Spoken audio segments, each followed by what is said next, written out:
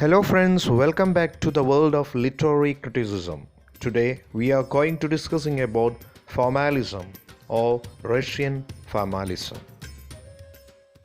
Formalism or Russian formalism. എന്താണ് formalism എന്ന് പറഞ്ഞാൽ? Like the new critics, the Russian formalists also made close analysis of forms. Formalism began in the work of Moscow linguistic circle and the St. Petersburg based group Opus. These two schools were concerned with the study of poetic language. New ക്രിറ്റിക്സിനെ പോലെ തന്നെ Russian ഫോർമാലിസ്റ്റുകളും ഫോംസിന് close അനാലിസിസിന് വിധേയമാക്കണം എന്ന് വാദിക്കുകയുണ്ടായി. Russian formalism ആരംഭിക്കുന്നത് Moscow linguistic circle അതുപോലെ saint Petersburg അടിസ്ഥാനമായിട്ടുള്ള opus എന്ന ഒരു സാഹിത്യ കൂട്ടായ്മ.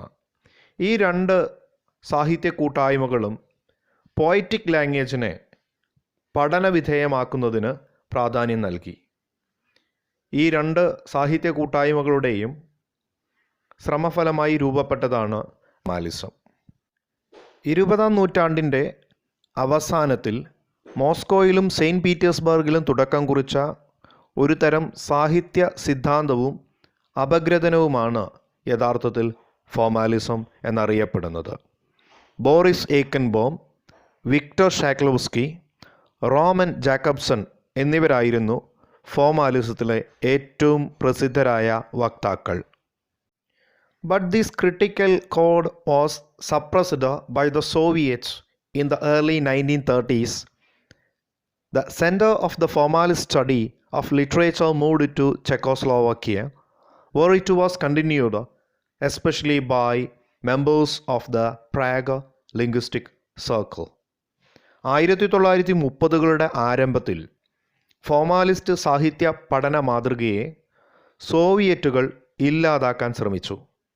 അതുകൊണ്ട് ഇതിൻ്റെ കേന്ദ്രം ചെക്കോസ്ലോവാക്യയിലേക്ക് മാറ്റി. അവിടെ പ്രാഗ് ലിംഗ്വിസ്റ്റിക് സർക്കിളിൻ്റെ പിന്തുണയോടുകൂടി അവർ ഈ സാഹിത്യ പഠന രീതിയെ മുന്നോട്ട് കൊണ്ടുപോകാൻ ശ്രമിച്ചു. Formalism views literature as a specialised mode of language and proposes a fundamental opposition between the literary use of language and the ordinary practical use of language. ഫോർമാലിസ്റ്റുകളുടെ വീക്ഷണത്തിൽ സാഹിത്യം ഒരു പ്രത്യേക ഭാഷയാണ്.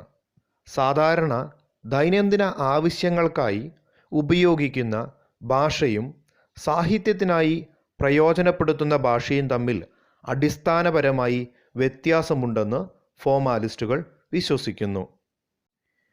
It conceives that the central functions of ordinary language is to communicate to the listeners a message or information by references to the world existing outside of the language. വ്യക്തികൾ തമ്മിൽ ഒരു സന്ദേശം കൈമാറലോ അല്ലെങ്കിൽ ഒരു കാര്യം മറ്റുള്ളവരെ ധരിപ്പിക്കലോ ആണ് സാധാരണ ഭാഷയുടെ പ്രധാന ധർമ്മമെന്ന് ഫോർമാലിസ്റ്റുകൾ വിശ്വസിക്കുന്നു. On the other hand, it conceives literary language to be self-focused. It means that the literary function is not to convey information by making extrinsic references, but to offer the reader a special mode of experience by drawing attention to its own formal features. അതേസമയം സാഹിത്യ ഭാഷ സ്വയം പ്രകാശിക്കുന്നതായിരിക്കണമെന്നും ബാഹ്യമായ സൂചനകളുടെ പിൻബലത്തോടെയുള്ള ആശയ കൈമാറ്റം സാഹിത്യധർമ്മമല്ല എന്നും ഫോർമാലിസ്റ്റുകൾ വിശ്വസിക്കുന്നു. അതിനു പകരം സ്വന്തമായ ഒരു ഫോർമൽ സവിശേഷതകളുടെ സഹായത്തോടെ വായനക്കാർക്ക് ഒരു പ്രത്യേക തരം അനുഭവമോ അനുഭൂതിയോ വാഗ്ദാനം ചെയ്യലാണ് സാഹിത്യ ഭാഷയുടെ ധർമ്മം എന്നും ഫോർമാലിസ്റ്റുകൾ വിശ്വസിക്കുന്നു. It refers to the qualities and internal relations of the linguistic signs themselves. The linguistics of literature differ from the linguistics of practical discourse because its laws are oriented towards producing the distinctive features that formalists call literaryness. ഭാഷാപരമായ ഓരോ വാക്കിൻ്റെയും സവിശേഷതകളും അവ തമ്മിലുള്ള പരസ്പര ബന്ധത്തിനും formalism കൂടുതൽ പ്രാധാന്യം നൽകുന്നു എന്നുള്ളതാണ് ഒരു പ്രധാന വസ്തുത. The beginning of formalism. Actually, formalism began in Moscow linguistic circle of the 1920s and 1930s. It was closely associated with the Petrograd Society for the Study of Poetic Language. The important Russian formalists were Viktor Shklovsky, Roman Jakobson, Boris Eichelberg, Osip Brick and Yuri Tinjanov. ഫോർമാലിസത്തിൻ്റെ തുടക്കത്തെക്കുറിച്ച് ചോദിക്കുകയാണെങ്കിൽ 1920-കൾക്കും 1930-കൾക്കുമിടയിൽ Moscow linguistic circle അടിസ്ഥാനമായാണ് formalism രൂപം കൊണ്ടത്. ഫോർമാലിസത്തിന് Petrograd സൊസൈറ്റിയുമായി വളരെ അടുത്ത ബന്ധമുണ്ട്. ഈ Petrograd society എന്ന് പറയുന്നത് poetics ലാംഗ്വേജിനെ കുറിച്ച് പഠിക്കുന്ന ഒരു വിഭാഗമാണ്. ഇവരുമായി close association Moscow linguistic circle അടിസ്ഥാനമായി രൂപപ്പെട്ട ഫോർമാലിസത്തിന് ഉണ്ടായിരുന്നു.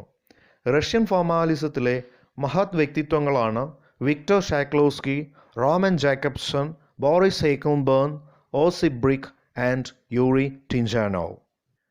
ലാംഗ്വേജിൻ്റെ ഫോർമൽ ഫീച്ചേഴ്സിന് നൽകുന്നതായിരുന്നു ഫോർമാലിസം എന്ന് നമുക്കറിയാവുന്നതുകൊണ്ട് ഫോർമാലിസവുമായി സാധാരണഗതിയിൽ ചോദിക്കുന്ന രണ്ട് ടേംസുകളാണ് foregrounding and backgrounding. Foregrounding is a term associated with formalism. It means bringing the formal features of language into the high level. ഭാഷയ്ക്ക് കൂടുതൽ പ്രാധാന്യം ഫോർമൽ ഘടന നൽകിക്കൊണ്ട് ഭാഷയെ ഉയർന്ന തലത്തിലേക്ക് അവതരിപ്പിക്കുന്നതിനെയാണ് ഫോർഗ്രൗണ്ടിങ് എന്ന് വിളിക്കുന്നത്. Backgrounding means playing down the referential aspect of language. Backgrounding അപ്രസക്തമായിട്ടോ അപ്രധാനമായിട്ടോ അവതരിപ്പിക്കുക.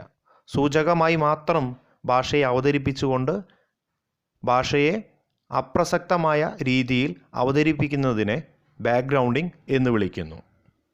ഫോർമാലിസത്തിലെ ഏറ്റവും പ്രാധാന്യമുള്ള പ്രിൻസിപ്പിളാണ് ഡീഫെമിലറൈസേഷൻ ഓർ ഓസ്ട്രേനിയൻ എന്നറിയപ്പെടുന്നത്. It was illustrated by Victor Shklovsky through his essay art as technique. Victor ഷാക്ലോസ്കിയുടെ ആർട്ട് ആസ് ടെക്നിക് എന്ന് പറയുന്ന എസ്സേയിലൂടെയാണ് ഡീഫെമിലറൈസേഷൻ എന്ന പ്രക്രിയ അല്ലെങ്കിൽ പ്രിൻസിപ്പിൾ അവതരിപ്പിക്കപ്പെട്ടത്. ഡീഫെമിലറൈസേഷൻ എന്ന് പറഞ്ഞാൽ മേക്കിംഗ് സ്ട്രെച്ച് എന്നാണ് അർത്ഥം. According to Shklovsky, as human perception becomes habitual, it becomes automatic. Art, however, can recover the sensation of life which has been lost to habit and abstraction. Artists exchange or make objects unfamiliar by using literary conventions. Thus, the difficulty and length of perception is increased because perception is an aesthetic exercise in itself. So the purpose of art is to experience the artfulness of the object. The object in itself is not important. Ordinary language is intensified, condensed, twisted, drawn out, in short, made strange. And because of this estrangement, the ordinary world is seen in a new light, in an unfamiliar way. Leo Tolstoy makes the familiar seem strange by not naming the familiar object. Instead, he describes it as if seeing it for the first time. എന്താണ് ഡീഫെമിലറൈസേഷൻ എന്ന് Victor ഷാക്ലോസ്കി ഉണ്ടായിട്ടുണ്ട്. അദ്ദേഹം പറയുന്നത് human perception habitual ആയതുകൊണ്ട് ഓട്ടോമാറ്റിക്കായി മാറുന്നു എന്നാണ്. So we lost our sensation through the habitual abstraction. സ്ഥിരമായി നമ്മളൊരു വസ്തുതയെ കാണുന്നതുകൊണ്ട് അതിനോടുള്ള ആസ്വാദനം നമുക്ക് നഷ്ടപ്പെടുന്നു എന്നാണ് ഷാക്ലോസ്കി പറയുന്നത്.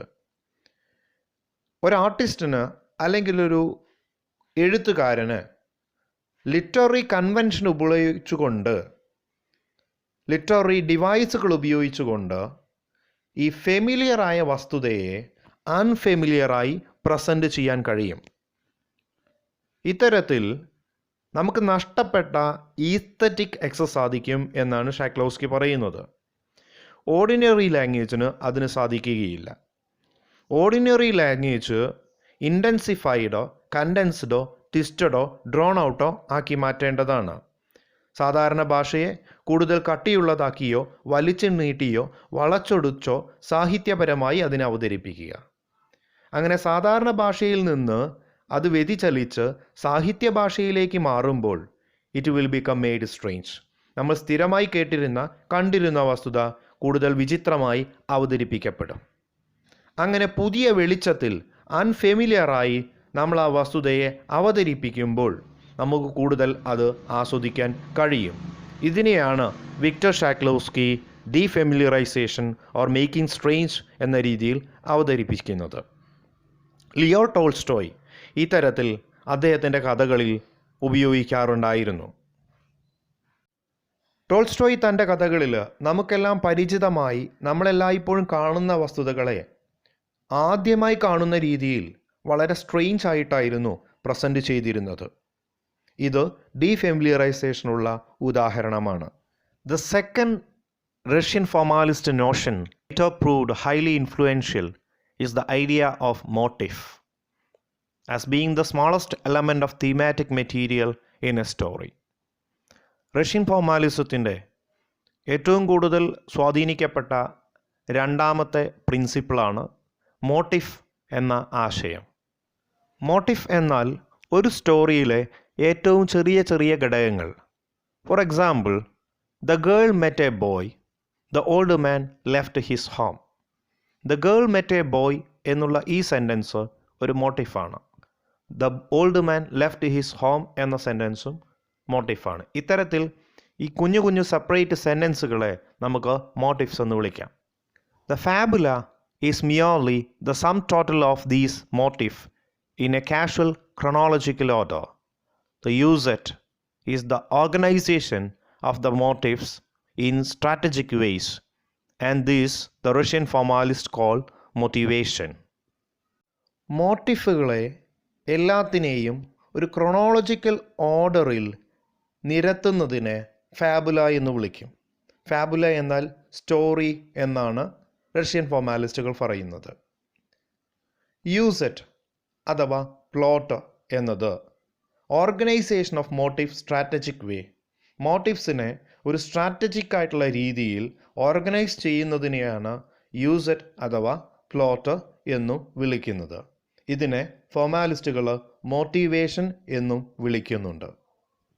ഇനി നമ്മൾക്ക് നോക്കേണ്ടത് റഷ്യൻ ഫോർമാലിസവും ന്യൂ ക്രിറ്റിസിസം അഥവാ ആംഗ്ലോ അമേരിക്കൻ ഫോർമാലിസവും തമ്മിലുള്ള വ്യത്യാസം എന്താണ് എന്നാണ്. The difference between Russian formalism and Anglo American formalism lies in the former's focuses on purely literary devices.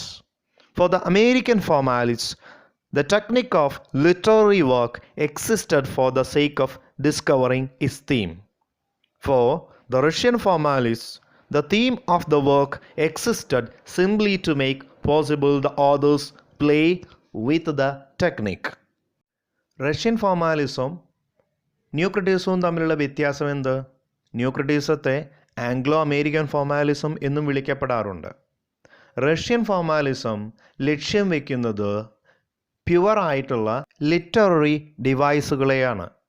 പക്ഷേ അമേരിക്കൻ ഫോർമാലിസ്റ്റുകൾ ലിറ്റററി ഡിവൈസിനെ ഉപയോഗിക്കുന്നത് ഒരു വർക്കിൻ്റെ തീം ഡിസ്കവർ ചെയ്യാനായിട്ടാണ്.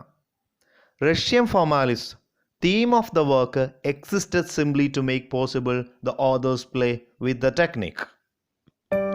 ഫ്രണ്ട്സ്, ഇന്നത്തെ ക്ലാസ് നിങ്ങൾക്ക് ഉപയോഗപ്പെട്ടു എന്ന് കരുതുന്നു. കൂടുതൽ ലിറ്റററി ക്രിറ്റിസിസത്തെ കുറിച്ച് അറിയാൻ ഈ ചാനൽ സബ്സ്ക്രൈബ് ചെയ്യാൻ മറക്കരുത്. നിങ്ങളുടെ സുഹൃത്തുക്കൾക്ക് പങ്കുവയ്ക്കാനും മറക്കരുത്. വീണ്ടും പുതിയ ഒരു ലെസണുമായി കണ്ടുമുട്ടാം. അതുവരെ ഗുഡ് ബൈ.